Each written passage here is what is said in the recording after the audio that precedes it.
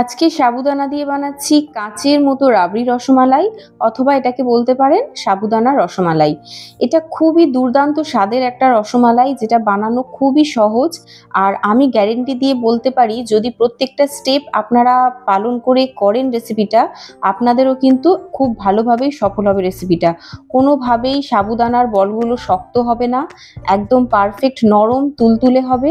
আর প্রত্যেকটা সাবুদানার বলের ভেতরেও কিন্তু টেস্ট হবে। তো রেসিপিটা স্কিপ না করে পুরোটা দেখবেন, তাহলে কিন্তু আপনাদের রেসিপিও একদম পারফেক্ট রেডি হয়ে যাবে। আশা করছি স্টেপ বাই স্টেপ আপনাদেরকে বুঝিয়ে দিতে পারবো রেসিপিটা, কারণ আমি যখন বানাতে পেরেছি পারফেক্ট একটা সাবুদানা দিয়ে রসমালাই, তাহলে আপনারাও নিশ্চয়ই পারবেন। তো welcome back to my channel Rina cook house. আশা করছি আপনারা সবাই খুব ভালো আছেন। তো আমার ভিডিও ভালো লাগলে অবশ্যই সাবস্ক্রাইব করে দেবেন আমার চ্যানেলটিকে।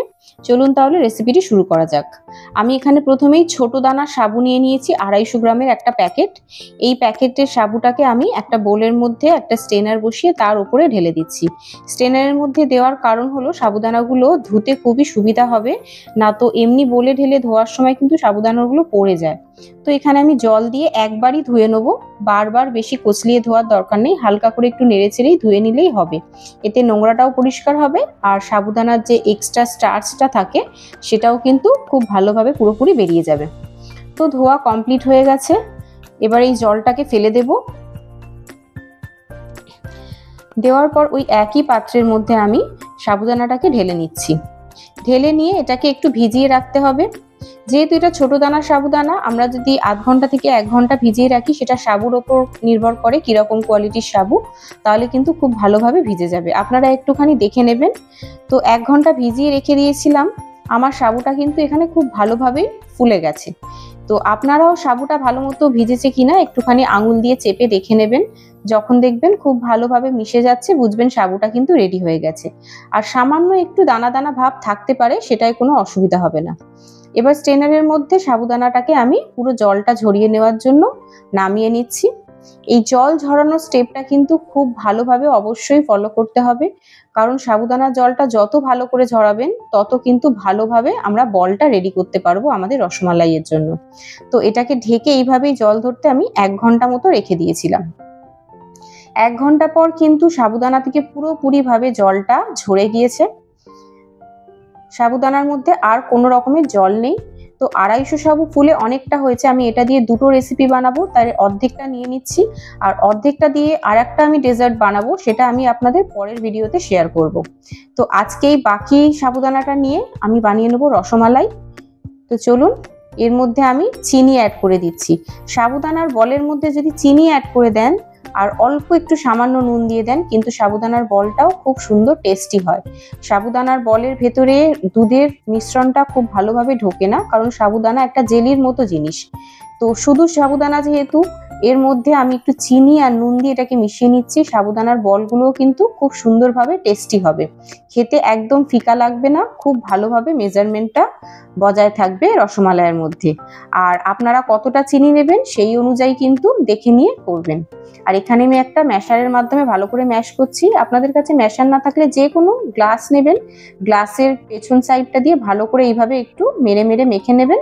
খুব সুন্দরভাবে দেখবেন মাখা মাখা হয়ে গেছে। আর এখানে কিন্তু পুরো মিহিভাবে মাখবো না, এটা একটু দানা দানা ভাব থাকবে, তবেই কিন্তু আমাদের বলগুলো সফট থাকবে ঠান্ডা হয়ে যাওয়ার পরেও, ফ্রিজে রাখলেও।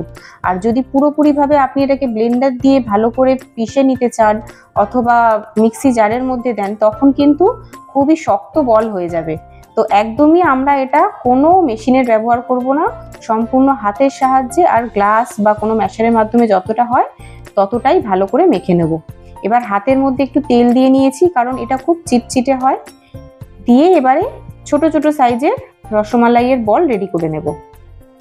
যত ছোট বল বানাবেন তত কিন্তু খেতে ভালো লাগবে। খুব বেশি বড় বড় রসমালাইয়ের বল ভালো লাগবে না, যেহেতু এটা সাবুদানার বল, সাবুদানার বলের ভেতরে কিন্তু দুধটা অ্যাবজর্ব করবে না।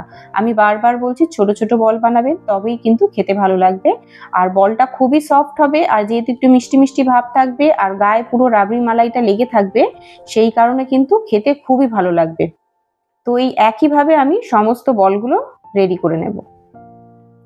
এখানে আমার টোটাল এতগুলো পরিমাণ বল রেডি হয়েছে, দেখতেই পাচ্ছেন। আমি যতটা পেরেছি ছোট ছোট করার চেষ্টা করেছি। আপনারা যদি হাতে সময় থাকে আরো ছোট ছোট করতে পারেন, তাতে আরো ভালো হবে। আমি এখানে ঘন দুধ আগে থেকেই জাল দিয়ে রেখে দিয়েছিলাম, 1/2 লিটার মতন নিয়ে নিলাম। পরিমাণ যদি বুঝি যে আরো প্রয়োজন তখন আবার অ্যাড করব। এবার আমি আঙুলটা দুধের মধ্যে দিয়ে দেখছি, বেশ খানিকক্ষণ ধরে রাখতে পারছি, তারপর আবার রাখতে পারছি না, আঙুলটা জ্বালা করছে। সেই রকম টেম্পারেচার আমরা যখন হবে তখন বলগুলো এক এক করে দুধের মধ্যে দিয়ে দিচ্ছি। খুব ফুটন্ত দুধের মধ্যে বলগুলো দেব না, চারিদিকে ছড়িয়ে ছড়িয়ে আস্তে আস্তে এদিক ওদিক করে বলগুলো দিচ্ছি। এবার হালকা করে চামচের মাধ্যমে তলার দিক থেকে একটুখানি নেড়ে দেব, তাহলে কি বলগুলো গায়ে গায়ে আর লেগে যাবে না, আলাদা আলাদা সব হয়ে যাবে। আর গ্যাসের ফ্লেম কিন্তু একদম লোই থাকবে। পুরো রান্নাটা বেশিরভাগই কিন্তু লো ফ্লেমেই হবে। 10 মিনিট পর দেখতেই পাচ্ছেন বলগুলো কিন্তু অনেকটা ট্রান্সপারেন্ট হয়ে গেছে, একটু কাঁচের মতন দেখতে লাগছে, আর সামান্য একটু সাইজেও বড় হয়ে গেছে। তো আবার একবার আমি একটু ভালো করে নেড়ে চেড়ে নিলাম, আর গ্যাসের ফ্লেমটা একবার হাই করে দুধটাকে ফুটিয়ে নিলাম বলগুলোর সাথে, তারপর আবার লো করে দিলাম। বেশিক্ষণ কিন্তু জোরে করে ফোটানো যাবে না। এবারে দেখুন বলগুলো আরো একটু বড় বড় লাগছে, সাবুদানাটা ফুলেছে, আর সমস্ত বলগুলো কিন্তু ভেসে ভেসে উপরের দিকে উঠে এসেছে। আর কড়ার গায়ে যে মালাইগুলো সেটে সেটে যাচ্ছে, সেই এক্সট্রা মালাইগুলো চামচের সাহায্যে আমি দুধের মধ্যে মিলিয়ে দিচ্ছি, এতে টেস্টটা আরো ভালো হয়, রাবড়িটা খুব ভালোভাবে রেডি হয়। এবার এর মধ্যে গুঁড়ো দুধ আমি 3 চামচ অ্যাড করে দিচ্ছি। গুঁড়ো দুধটা অবশ্যই দেবেন, এতে কিন্তু স্বাদটা খুব ভালো আসে, আর দুধটা খুব আঠালোও হয়, আর রাবড়িটা খুব সুন্দরভাবে রেডি হয়, মালাইটা একদম পারফেক্ট হবে। দিয়ে এটাকে ভালো করে একটু মিশিয়ে দিচ্ছি। আর আপনারা কিন্তু চিনি ইউজ করতে পারেন, আমি কিন্তু চিনি দেব না, আমি কনডেন্স মিল্ক ইউজ করছি, আর আমি খুবই হালকা মিষ্টি দিয়ে এটা বানাচ্ছি। আপনারা আপনাদের পছন্দ মতো চিনি ব্যবহার করে নেবেন যতটা প্রয়োজন। আবার অল্প একটু কনডেন্স মিল্ক দিয়ে তারপরেও একটু চিনি দিতে পারেন, কনডেন্স মিল্কটা দিলে কিন্তু টেস্টটা একটু ভালো হয়। আবার একটু গ্যাসের ফ্লেমটা জোরে করে আমি ভালো করে ফুটিয়ে নিচ্ছি, আর সাইডের যে কানার রাবড়িগুলো সেগুলোকে ছাড়িয়ে ছাড়িয়ে এর মধ্যে মাখিয়ে দিচ্ছি, এতে টেস্টটা খুব ভালো হয়। আমাদের কিন্তু অনেকটাই রাবড়ি প্রায় রেডি হয়েই গেছে, দুধটা অনেকটা ঘন হয়ে গেছে, আর খুব ভালোভাবে কিন্তু বলগুলো সেদ্ধ হয়ে গেছে, কারণ সমস্ত বলগুলোই ভেসে ওপরে উঠে এসেছে, আর একদম কাঁচের মতন দেখতে লাগছে। এটা দেখেই বোঝা যাচ্ছে বলটা কিন্তু একদম রেডি। আর দেখতেই পাচ্ছেন গ্যাসের ফ্লেম লোই রেখেছি, আর ওপরে একটা মোটা মালাই জমে গেছে।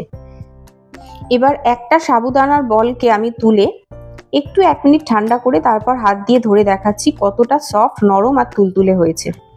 দেখেই বুঝতে পারছেন একদম রসে টইটুম্বুরের মতন হয়ে গেছে, আর নরম তুলতুলে। এর ভেতরে দুধটা ঢোকে না ঠিকই, কিন্তু এটা খুবই সফট হয়, আর এই জেলিটাও খেতে খুবই ভালো লাগে। সেই কারণেই বলেছিলাম যতটা পারবেন ছোট ছোট বলগুলো রেডি করবেন। আর খানিকক্ষণ রেখে দিয়েছিলাম রেডি হয়ে যাওয়ার পরে, প্রায় আধ ঘন্টা মতো, তারপরে দেখতেই পাচ্ছেন ঠান্ডা হয়ে গিয়েছে আরো, আর উপরে একটা মোটা মালাই জমে গেছে।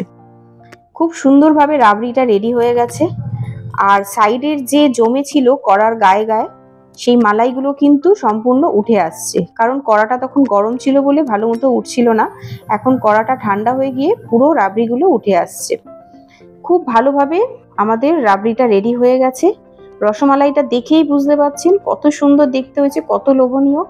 এটা এমনিই দেখতে সুন্দর, এটাকে সাজানোর তো প্রয়োজন হয় না।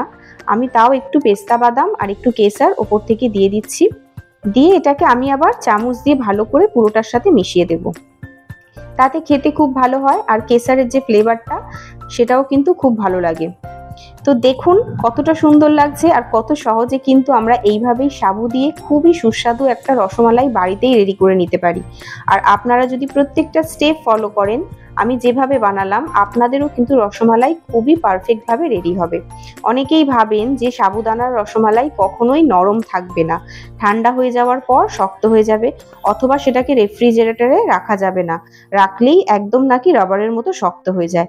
কিন্তু বিশ্বাস করুন আমি এটা ফ্রিজে রেখেও খেয়ে দেখেছি, খুবই সফট ছিল, খুবই নরম ছিল। আর যেহেতু আমি বলগুলোর মধ্যেও চিনি অ্যাড করেছিলাম, অল্প একটু নুন দিয়েছিলাম টেস্টটা ব্যালেন্স হওয়ার জন্য। আপনাদের নুন না পছন্দ হলে তখন দেবেন না, কিন্তু দিলে একটু টেস্টটা ব্যালেন্স হয়। কিন্তু বলগুলো খুব সুন্দর খেতে লাগছিল, একটু আমার শক্ত মনে হয়নি, বরঞ্চ ঠান্ডাটাও আমার খেতে আরো বেশি ভালো লেগেছে। গরম গরম তো ভালোই লেগেছে। আপনাদেরকে আমি আবার ঠান্ডা অবস্থায় একটা বলকে হাত দিয়ে চেপে দেখাচ্ছি, তখন কড়াই খুব গরম ছিল, আমি ভালো করে ধরতেও পাচ্ছিলাম না। এখন কিন্তু পুরোপুরি ঠান্ডা হয়ে গিয়েছে, আমি খুব ভালোভাবেই ধরে আপনাদেরকে দেখাতে পাচ্ছি। দেখেই বুঝতে পারছেন কতটা সফট হয়েছে।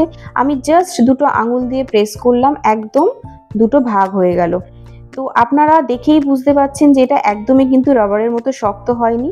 তবে হ্যাঁ, সাবু তো একটু আঠালোই হয়, কিন্তু আঠালো হলে কি হবে, এটা এতটা সফট আর এর মালাইটা এত টেস্টি, আপনি যখন গালে দেবেন একদম কিন্তু এটা মুখের মধ্যে মিলিয়ে যাবে, কোনোভাবেই আপনার খারাপ লাগবে না।